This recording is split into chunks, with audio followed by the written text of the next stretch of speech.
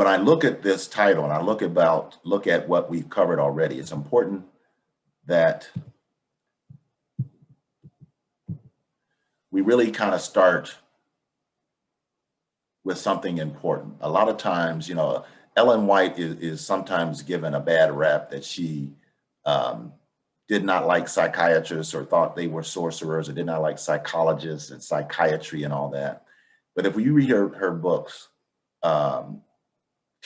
Mind, Character, and Personality, you will see that that is not the case. And there's a quote that I like to start with from E.G. White: "To deal with minds is the greatest work ever committed to men." And then something else she said: "He who created the mind and ordained its laws provided for its development in accordance with them." Clearly not an adversary against those who deal with the mind. As I stated before, God has placed on this earth his hands, his feet, his ears, his eyes to do his bidding so that we can bring folks to him. And then of course he does the saving. We do the lifting up and the bringing, he does the saving. And one of the ways that we are able to do that, because the Adventist Church has the greatest health message ever, is to make sure that we're talking about more than just physical health. And we're going to cover that today. And so for those of you who received the handouts that I sent to Sister Rosalind, you be prepared to pull out the one on the SAMHSA 8 dimensions of wellness. We're going to get there soon. But I wanted to start with E.G. White because she advocates for those individuals that God has placed on this earth, whether you're a physician, whether you're a cardiologist in some kind of way, internist, but also professionals in the behavioral health realm. It is that mind, body, spirit together, that holistic approach that the Adventist Church, I believe, has the ability to take our health message to a whole nother level. Everybody recognizes us for nutrition. They recognize us for physical health and not just healthy eating, but exercise and all that. They may not recognize us as the leaders in behavioral health. And I'd like to see that change. So a quote from the World Health Organization: "Health is a state of complete physical, mental, social well-being, and not merely the absence of infirmity." This is important because this sets the stage for our brief talk later for this session. And that is, simply having a good physician report is not enough to consider yourself healthy. That's enough to consider yourself physically healthy, which is great. We all want physical health, but it is not the whole being. It's not the mind. It's not the spirit. It's the body. So that's covered. That's great. And so simply having that mindset that physical health is the end all be all leaves out two areas of the holistic process, right? And so that's very, very important. So if you have your handout, you'll see the actual definitions of these different areas here.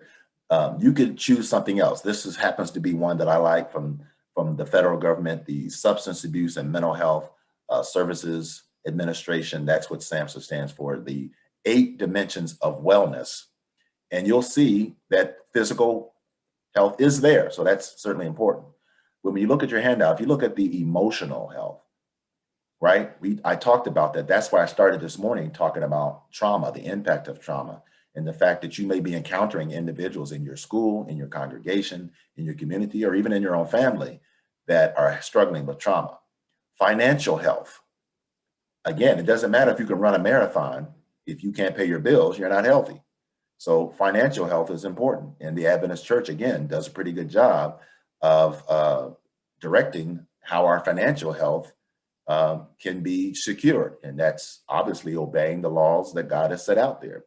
1/10 of our income, an offering, supporting the church. God says, I'm going to open up the windows of heaven, right? So if we are obedient, our financial health is one that's important to God. Social health, how do we interact? This is really important because we're in a pandemic.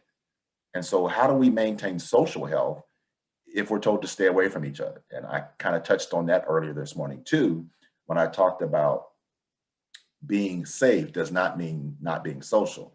It means not being in the same space without a mask for your protection. It means that you may need to pick up the phone more, call more people, Zoom calls, do more things that can connect you to people. And I think I emphasize our elderly, right, who may be living alone and not have the option, has many options to have a social interaction that is safe. And so calling them up. Spiritual health, occupational health, physical health, we all know that's important. Intellectual health, what are you doing for your intellect? What are you doing to keep the brain sharp? I like to do crossword puzzles. I like to do anagrams. I like to do different things to keep the brain muscle sharp. Like I like to do things that keep the physical muscle sharp. So if you're a walker, that's great. But you also need to do things for your intellectual health. And then environmental health, which is really where you live, what you do, how you take in the environment, how you interact with the environment, all of those things. So together, these 8 dimensions of wellness, again, there are other maps, there are other groups that people can choose from. I happen to like this one because it's inclusive of the spiritual, which is important, but it includes all of these different things that you have on your worksheet, and it gives you the definitions of what those are.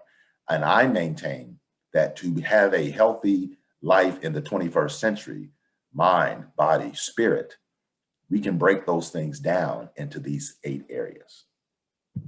So the factors influencing our health. On the left side of the pie chart, you will see things that are generally not in our control. Healthcare generally is not under our control. The environment that we're born into may not be under our control, okay? And for many people, depending on their financial situation, they may not have the option to leave one environment and go to another simply because they want to. And I think about my work in Philadelphia. There are so many depressed communities financially that are earning well below the poverty line. And so they don't have options to just simply change their environment, okay? And so that's important. That environment is not always under our control. And then, of course, the human biology, our DNA is not under our control. We don't choose our parents, right? And so how we're born is how we're born. And so on the right side of the pie chart, you'll see that 51% of the factors that influence health are under our control. They are definitely under our control. These are choices, lifestyle choices, if you will. And again, you may say, well, smoking and alcohol and drug use, that's not an issue for Christians. That's not an issue for Seventh-day Adventists. And you're probably right for the majority of the population. But again, there are people who still struggle with these things of self-medicating because of the stress, because of the challenges, because of maybe associations, family, all that happens. And the other thing is, I can tell you that the data tells us that during the pandemic, smoking, alcohol, drug use increased. Domestic violence increased during the pandemic, right? So these are things where people are feeling restricted, they're sheltering in place, and they're anxious. Some of them are depressed. Some people are eating more. That's where you see the obesity thing there. The stress levels are higher. You may not be eating healthy. That's where you see nutrition on there. But the fact still remains, on the right side of the pie chart, many of these things are lifestyle and choice related. So when I look at the impact of trauma and connecting that, what we did this morning, to our actual health based on the 8 dimensions of wellness, it's important to really have these reminders. An individual's experience of trauma impacts these areas of your life. Physical. Trauma does impact your physical. This is especially true for children. That's why I started this morning with adverse childhood experiences, ACEs. Why? Because trauma impacts your brain chemistry. Trauma impacts your brain chemistry, which means it can impact your growth if you're a child. It can impact your eating habits. It can impact what you put in your body, so physical. Mental, I think we hit that pretty good this morning, right? How trauma impacts your mental capacity, your emotions, your psychology, how you see yourself, how you see the world. Behavioral, we talked about the actual signs, the things that people can see. Symptoms are what you feel. Signs are things that we see, observe, behaviors. And then that social interaction. Again, we are obviously in a restricted place right now, But social has to be something different now. It has to be creative, because it may not be the old-fashioned way of actually being in the same space outside of your own family, right? And so how do we maintain social interactions that are needed if we're not able to physically be in the same space? So that's going to take some creativity. The reason it's on this chart is because it's important to still interact. And that's the reason I singled out elderly, because it's very, very important that we remember that there are people who are living alone and may not have the same level of access to individuals on a Zoom call or on a phone, okay? And then of course the spiritual we touched on this morning. These are just reminders for you educators and you clergy to remember that you can go back to this slide, you can go back to this information anytime and remind yourself about what are the questions to ask, what are the ones not to ask, but more importantly, that you are aware that you can have a trauma-informed ministry. You can be aware of the fact that you have people under the sound of your voice when you're preaching that may have these challenges, and take that into consideration as you're preparing a sermon.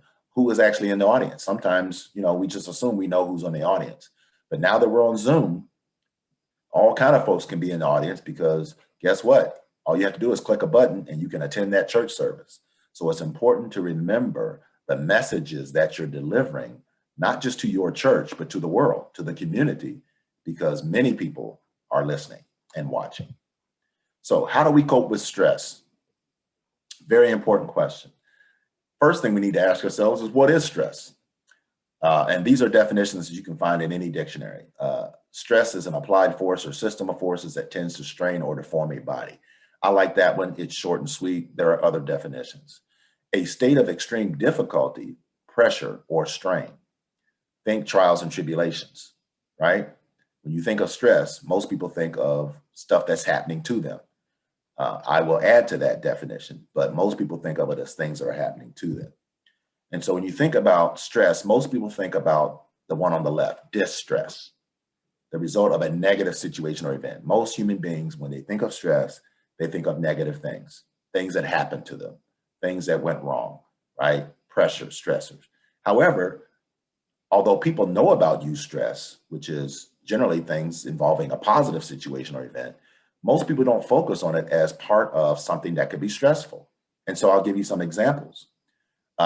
You're graduating from college, you're getting married that same weekend, and either you or your spouse has accepted a new job in a new state, which means you're going to be moving.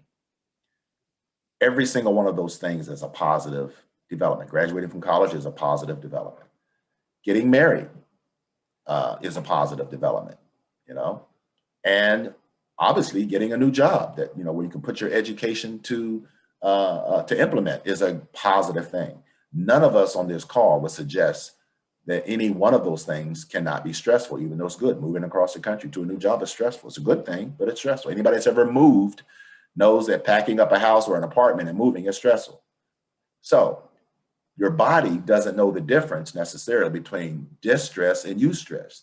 It's a physiological reaction. So stress is stress to the body, right? So stressor, I want you to think of the condition that causes stress. And these three areas come to mind in terms of a stressor. Think people, places, and things. Now, I can't see you all because I'm looking at the slideshow, but if I ask for a show of hands for people to think about those three things, can you think of a person or persons that cause you stress? I bet you can. Okay, I bet you can. Can you think of a place that causes stress? A reminder? I bet you can. And of course, things. So when you think about how pervasive stress is, it's no surprise. If stress is connected to people, places, and things, and trials and tribulations, then oh my goodness, we all know what stress is, right? And so we will answer that question that was asked earlier about post-traumatic stress, because we all are dealing with stress. And so that post-traumatic stress is something that is actually damaging because you're reliving a traumatic event, a traumatic event. So post-traumatic stress disorder, or better known as PTSD, post-traumatic stress disorder, really is focused on a traumatic event that has happened that because of memory, reliving it in a dream, being reminded of it, it is now seeped into your DNA. It is now part of your memory, part of your experience that keeps coming up because you have not received treatment for it. That is something that is very prevalent when we talk about anxiety, right? So post-traumatic stress is a reaction to something that is damaging to your psyche, mind, body, and spirit, and needs a medical or a professional intervention in that case. In most cases, that's going to be a combination of medication regimen, what we call MAT, medical assisted treatment, MAT, medical assisted treatment, which usually requires some type of medication, and talking, or what we call counseling, the talking cure, Freud used to call it. And so it's usually a combination of that, because what science and research has taught us is that outcomes for depression, anxiety, and especially post-traumatic stress disorder have a better outcome when it is a combination of MAT, medical assisted treatment, as well as therapy or counseling. So areas where stress is most damaging, not a surprise, we're talking about mind, body, spirit. So you would suspect, and you would be correct, that most damaging stress is physical, which is resulting in some illness or injury; emotional, resulting in mental fatigue, forgetfulness, sadness, anger. We'll come back to anger; psychological, resulting in mental disorders, behavioral dysfunctions, breakdowns; and then spiritual, resulting in discouragement. I would also add discontent, collapse of faith, apathy. There are a lot of people right now that may be in the congregation, that may be in the community, maybe even family members, or maybe even yourself, that have become numb to the stress, numb to the violence that's going on around the world, numb to the pandemic and the constant counting of cases and bodies and deaths and all that. We become numb to the news, and the news is just not particularly positive or helpful. Well, that kind of helpful news doesn't really sell, right? It's bad news that sells. And so that's what we are inundated with. And so that can make us numb. And then for individuals who may have a propensity to blame God for what's going on in the world, or blame God for what's going on in their own life, that can also lead to some spiritual numbness or apathy. And so that's very important. And this data you can find with Brian Luke Seward, if you want to go back and look at it again. And so the physiology of stress is important. That fight versus flight versus freeze that we all kind of learned about, probably starting in grade school, and depending on what your professional endeavors became, you may have gotten it again in high school and college. That fight versus flight is a normal physiological response to danger, let's say, or in this case, stress, right? So fight is kind of self-explanatory. The flight, obviously, is probably self-explanatory. You're going to have to protect yourself, or you're going to have to run. And we usually stop there. But there's a third one that we should really look at, and that is the freeze response, because a lot of times people who are traumatized or experience some type of post-traumatic stress may be in that paralyzed freeze state, can't move, can't think, can't make a decision, can't take the next step. And so that piece of it is very frightening for some folks because they can't move on or move forward. But I would suggest another example. Now, this is only going to make sense for those who maybe grew up in either in the countryside or someplace where there's forests, where you have, lions, tigers, and bears. Oh my. And that's that freeze response. And I can tell you, as a country boy that grew up in the Midwest in Ohio, where we do have bears in the woods, one of the things you learn very quickly that most people don't understand or recognize is that the two things you don't want to do when you spot a bear is, well, you don't want to fight the bear. That's common sense. But less common that people don't know is you don't want to run. You may think, oh my goodness, well, what do you do? Actually, that freeze component is the one that's going to be most helpful for you there. Why? Because the bear obviously already spotted you because he can smell you a mile away, right? So he's just checking to make sure you're not dangerous to him or her. And if she has cubs, it's a whole different thing. That's a problem. But if it's just a bear and there's no cubs, then you probably are in better shape. The point of me bringing it up is that freeze, that standing still, that letting the bear know that I am not a danger to you. I am frozen, I'm stiff. And then slowly backing away in the opposite direction is a stress response. But the first response is freeze.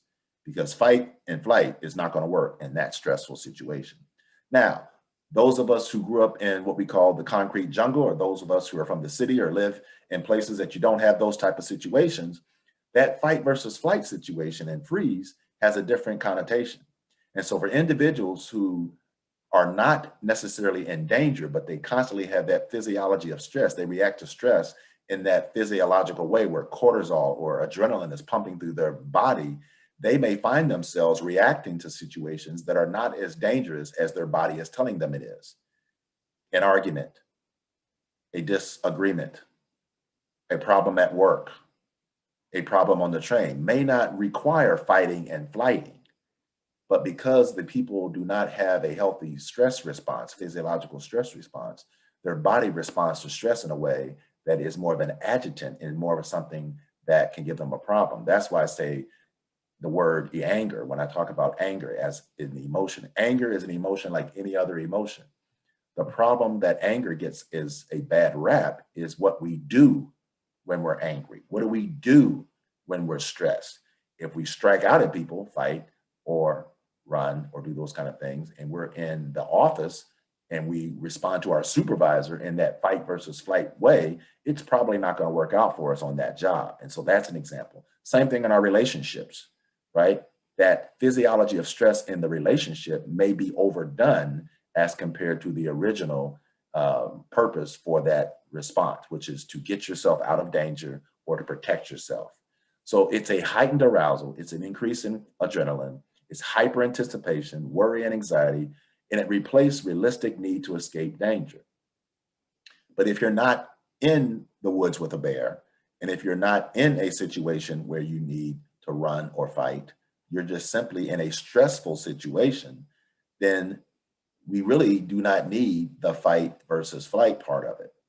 So the perpetual state of tension and arousal, then when there is no danger like that, is that adrenaline, that cortisol becomes dysfunctional. Now it becomes a poison in your body, as opposed to something that can help you become stronger, to fight, protect yourself, or to run, to escape danger. Now it's a problem because of the context in which you are experiencing it.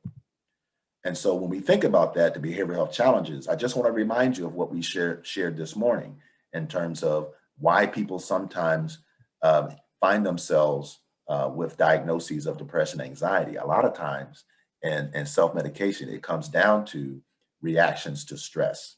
It comes down to reactions to stress. So the example I like to give you, those of us old enough to remember when they used to tear down buildings with a wrecking ball. Some of you may remember that, right? It's accumulative stress over time has a predictable outcome, right? And so that wrecking ball, if you remember back in the day, when it struck the building to start knocking it down, it took more than one blow. The wrecking ball had to continually hit the building before the building began to crumble. Well, I compare that metaphorically to the experience of stress for some of us. So if you will allow me to take liberties, let's say we are the building. We are the building. We represent the building, our life. And the wrecking ball is represented as life. Trials and tribulations, life, right? Stress. We do not crumble with the first blow. It's a cumulative effect of stress over time. Multiple things happening, feeling like you can't catch a break, feeling like I'm just overwhelmed.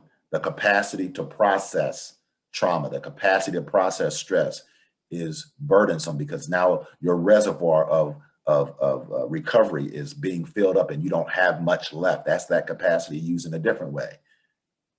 Then the building begins to crumble.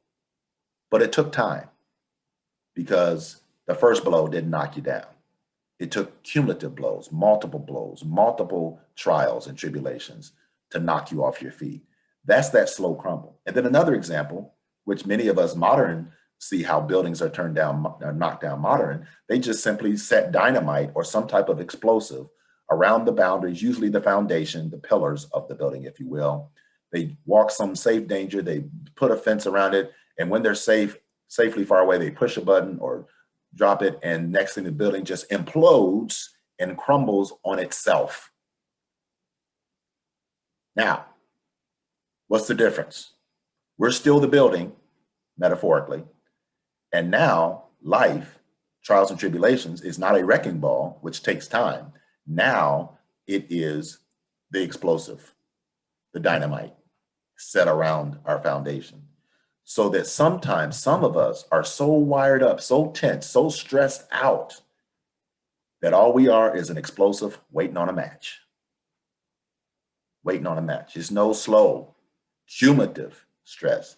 It is waiting, as Bernie Mac would say, it's going to be a misunderstanding on the spot. Somebody says the wrong thing at the wrong time, you implode. Could be a spouse, could be the first elder, could be a deacon, could be somebody in the community, could be the bank teller, you name it.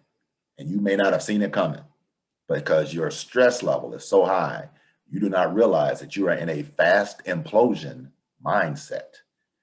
Either way, whether it's a slow cumulative or a implosion, it's a similar result. The building crumbles. We are the building.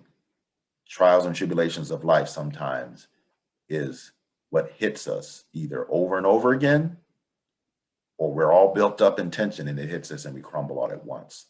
That metaphor, those two examples are what I hope you can kind of get a visual of what it feels like when you're overwhelmed with stress. And so what do? Well, these are just suggestions. Some of these should work for you. Exercise is always going to be one that you're going to see, right? That has to be a part of any response, especially for faith leaders, educators, school teachers, people who take on other people's burdens. You really have to make time for yourself, and exercise is a good one. Mindfulness meditation is very popular nowadays because it allows you to deal with the here and now. It allows you to confront the challenges that you're dealing. You can't just keep packing it in, saying, I'm going to be okay, I'm going to be okay.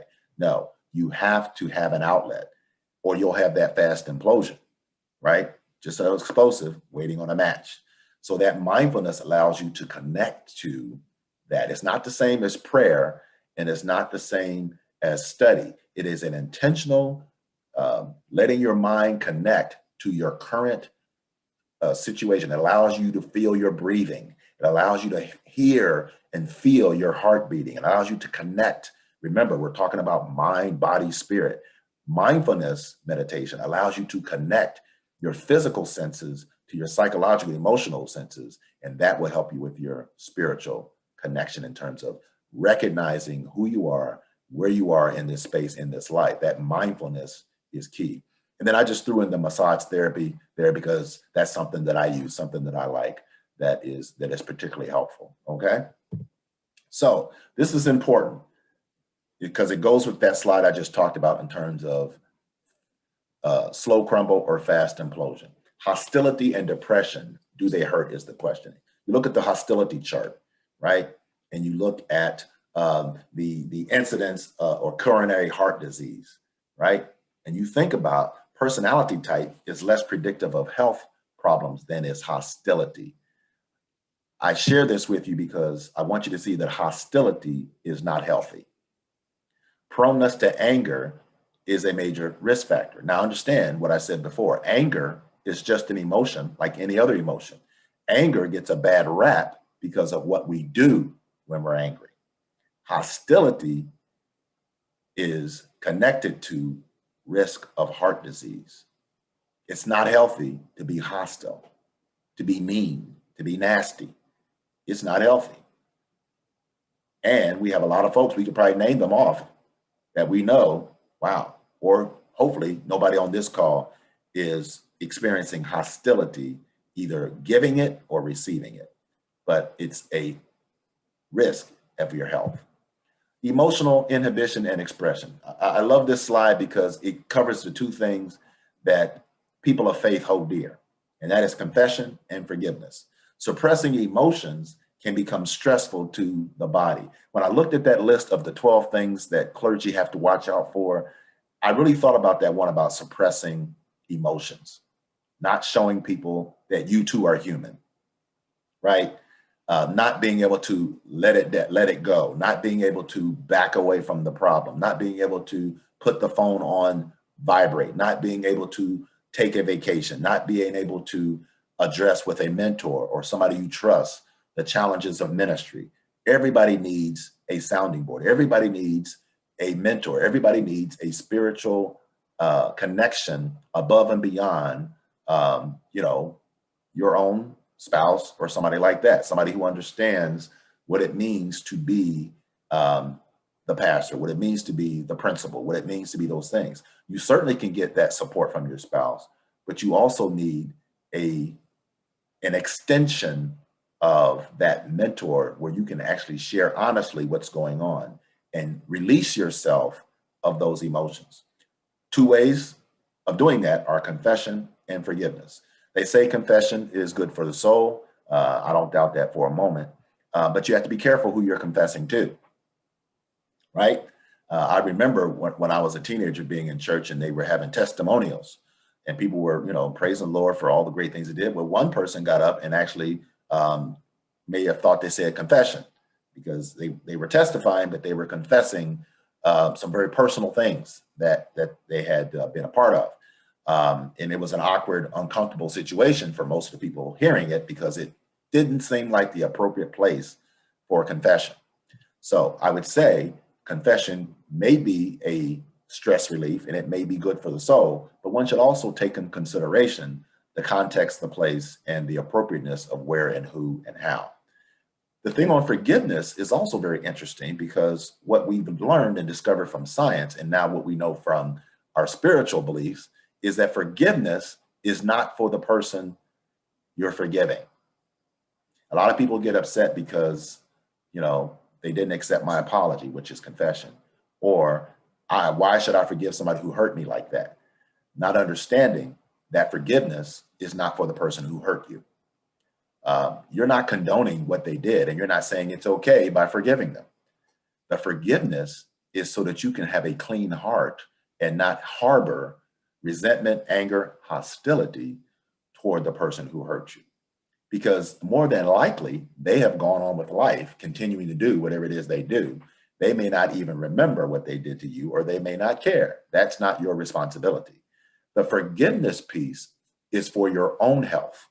The forgiveness piece is so that you can let go, move on, and say, Lord, you're going to have to take this from me because I still feel some kind of way about that person, which is totally human.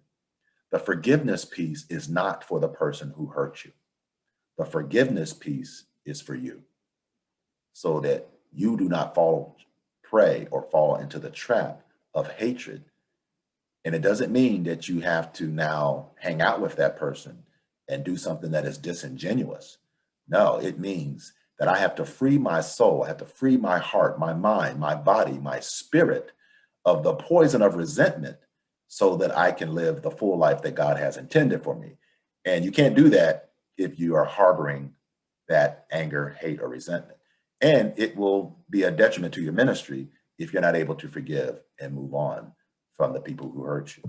So heart rate, I talked about hostility. Well, what about heartfelt forgiveness? Did you know that heartfelt forgiveness is actually good for the heart and it's good for the soul? Just like confession is good for the soul in context and cautiously, heartfelt forgiveness is actually healthy, whereas hostility is a health risk. So if you look at this chart, you can see that forgive, look at the line for forgive, right? And compare that to the line of hurt or grudge. So having empathy, which is putting yourself in someone else's shoes, and then forgiveness, those are the two healthiest responses for your heart. Heartfelt forgiveness is not just the right thing to do spiritually, it is also healthy. And so drawing on social support is a resource in terms of health. Friends can help. Make sure you have the right friends.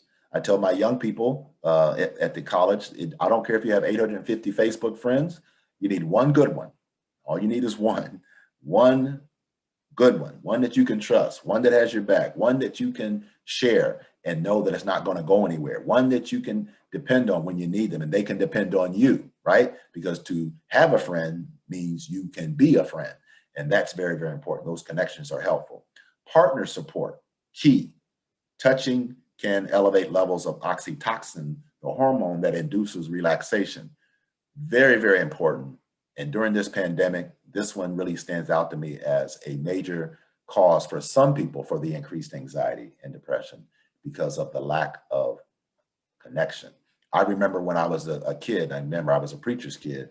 I remember, and it still bothered me even when I became an adult, but during the church service, when we were able to meet together, remember that part of the service when they start playing the meet and greet music? Oh, saints, I hated that music because I was not a meet and greeter when I was younger. I did not like doing the handshaking and the hugging and the walking across in the aisle and touching everybody. I hated that piece of it, hated it, right? And because I was a PK, I had to do it a lot because you can't have the preacher's kid being standoffish and all that. Had no idea what it was and why people had to do that every service, right? Well, I'll tell you what happened. One day I came home from college. This was many years ago, obviously, and they played that music. I'm like, oh my goodness, here we go. I got up obediently. I'm walking. My shoulders are slumped. I'm like, yeah, I'm hugging, I'm shaking, and I just really did not want to do it.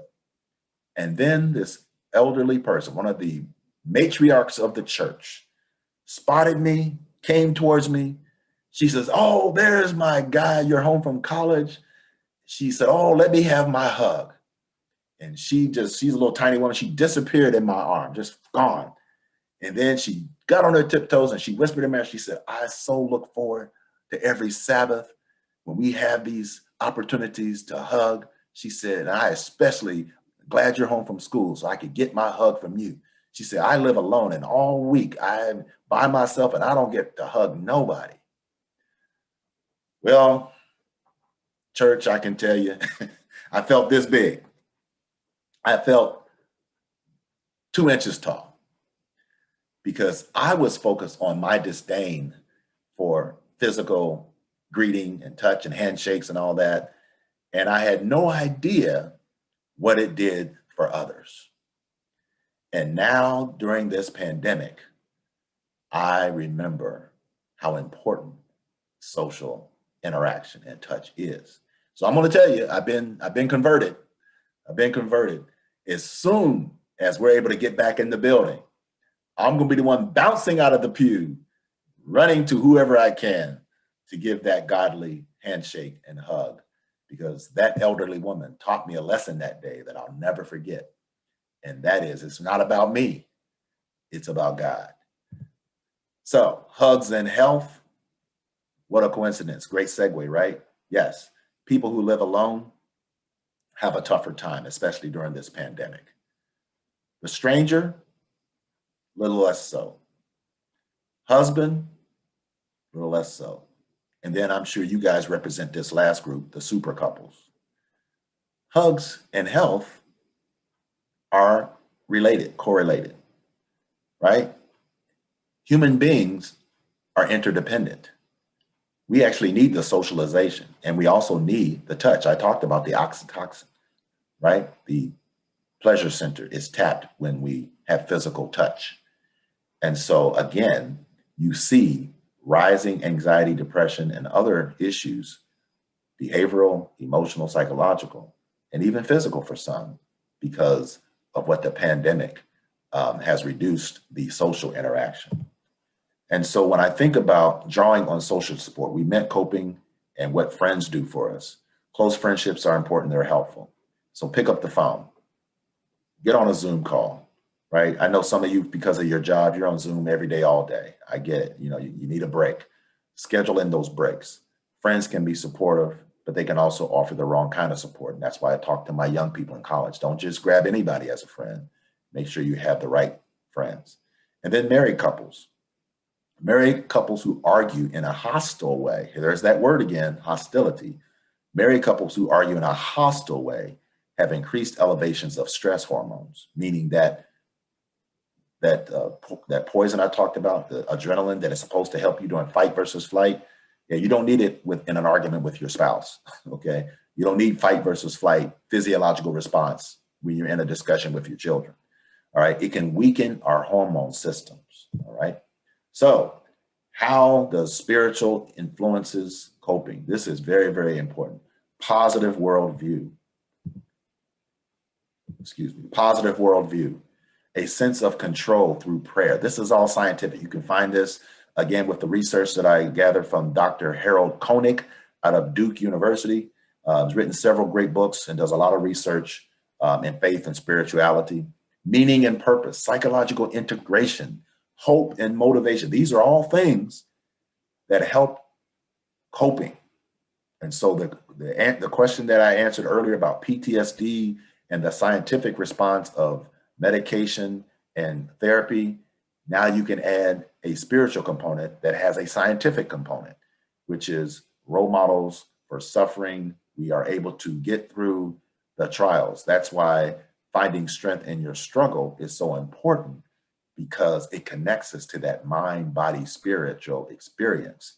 Answers to ultimate questions, social support, the spiritual influences allow us to cope because we recognize there is a higher power, there is a divine being, there is a God of the universe that cares about what happens to us on this earth. And so spiritual involvement. I want you to see how those numbers pop up.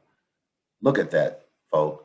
Research on spiritual and mental health, greater well-being and happiness of those that were surveyed and researched, that participated in the research, 79%. Less depression, faster recovery. The same data that I share with you from the trauma, right? This is important, and you see the numbers there.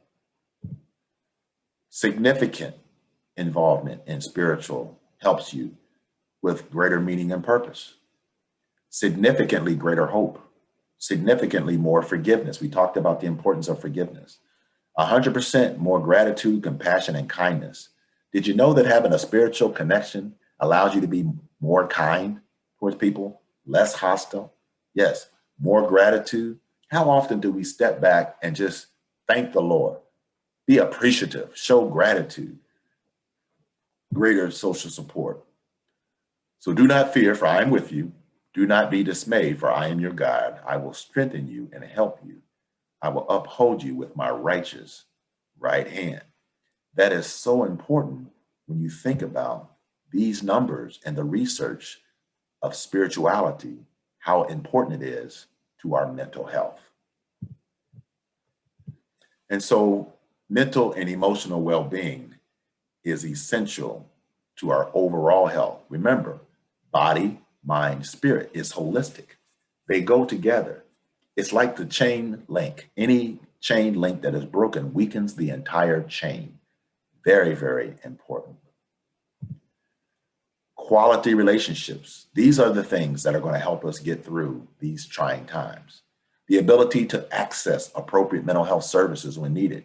As Ellen White said at the beginning of this presentation, it is essential that we connect mind, body, spirit, that we utilize the men and women that God has put on this earth to help us with our health, that help us with our holistic health, not just our physical health, mind, body, spirit, the ability to participate and contribute to the community. Again, that may have changed a little bit since the pandemic, but it's not totally off the table. We can still participate in community activities safely. We can still help by feeding the homeless. We just have to do it in a more creative way with distancing.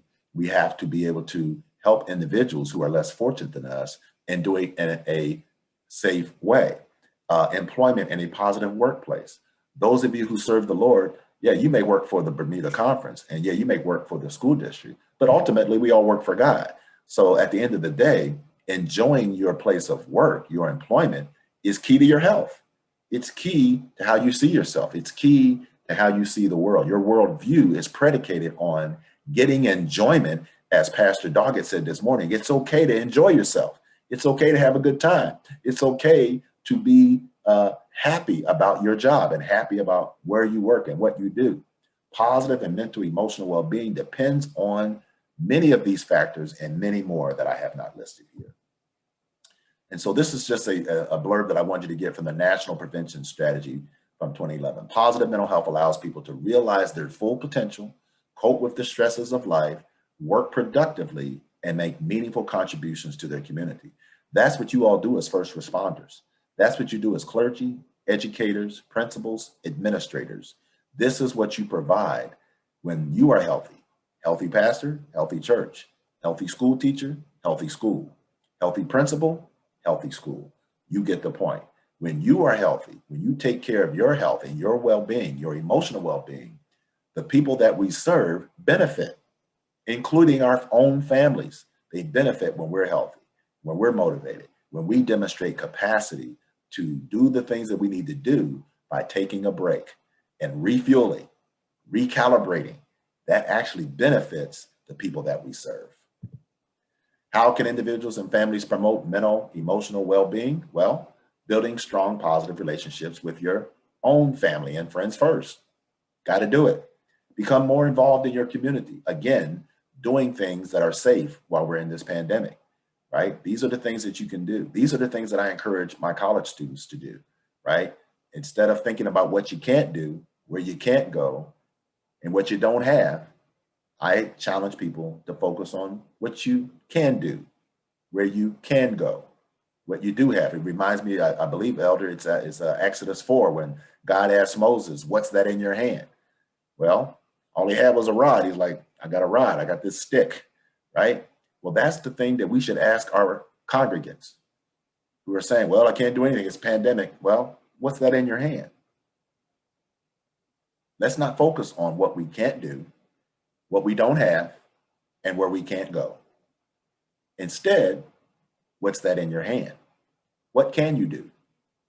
Where can you go? What do you have? Whatever it is, in God's hand, it will multiply. It will do miraculous things because God can take whatever is in your hand. You may think it's nothing. You may think it's too small. You may think it's not significant. All you have to do is answer the question that God asked Moses. What's that in your hand? And he will turn it into a miraculous outcome. So 10 tools to live your life well. You got to connect with others. I know it's a challenge, folk. I really do. And you don't want to be on many more Zoom calls. I mean, you've been gracious and pleasant to give me this much time today. But extend that to the elderly that may be living alone. Extend that to family members you haven't talked to in a while.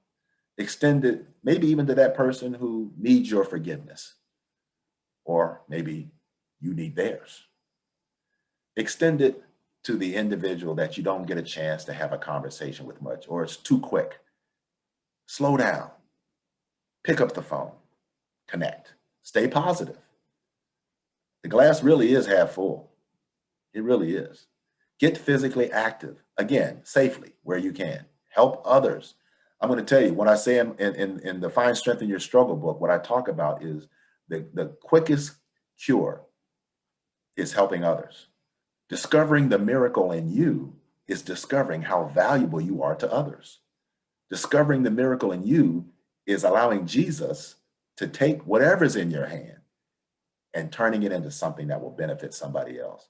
I tell you, folks, when you focus on helping others, when you focus on being a servant, when you focus on being a conduit of God to others, whatever your problem is, you look at it differently. You view it differently. Pastor Doggett said it this morning. The problem may not change immediately. He changes you and how you view the problem. He also talked about getting enough sleep. I tell you that the pastor must have seen my PowerPoint before he preached his sermon. You got to get enough sleep. Create joy and satisfaction. You got to have a good time, folk. You got to have a good time. What is a good time for you? Do something that's safe. Do something that's healthy. Do something maybe you haven't done in a while that makes you laugh. Let your kids see you laugh. When's the last time your kids saw you have a belly laugh? Your spouse, the church, the people in the community, the people in the conference office. Do some fun things together. Eat well. Adventists do that better than anybody. Eat well and enjoy yourself while you're doing it, right? Don't be critical of others. Simply witness and show them that they can eat well. Take care of your spirit. It's not enough to just prepare a sermon for somebody else. It's not enough to prepare a Bible study for others. That's admirable work, and it's part of your job. I get it. but take care of your own spirit. What are you reading for yourself? What are your study habits for yourself? Not to prepare a sermon, not to do your job on Sabbath or prayer meeting, just for you. You and God, your time. Deal better with hard times. And of course, get professional help if you need it. The most important thing in terms of promoting recovery is that you understand what recovery is and what it does. When you understand what recovery is, you will gladly promote it because you're actually saving your own life. You're actually saving your own life when you understand what recovery is and what it does, the connections that you have to make, not just for yourself, but because of what you do as first responders. Your being in good health, good spirits, strong mind, body, spirit will actually allow you to do your job even better than you already do it. It's important. Recovery is also facilitated by hope, empowerment, and choices and opportunities. Hope in times of trouble. These texts are just some of my favorites. You know this better than I do, but I added them because these mean something to me when I'm taking that time away, when I'm taking that break and I'm studying for myself. I'm rekindling my own relationship with God. I'm connecting and reconnecting so that my spirit can be filled and refurbished. Finally, take time to relax. Take time to relax. Give yourself time to recharge and renew your thoughts. And I'm going to be very specific here, Elder.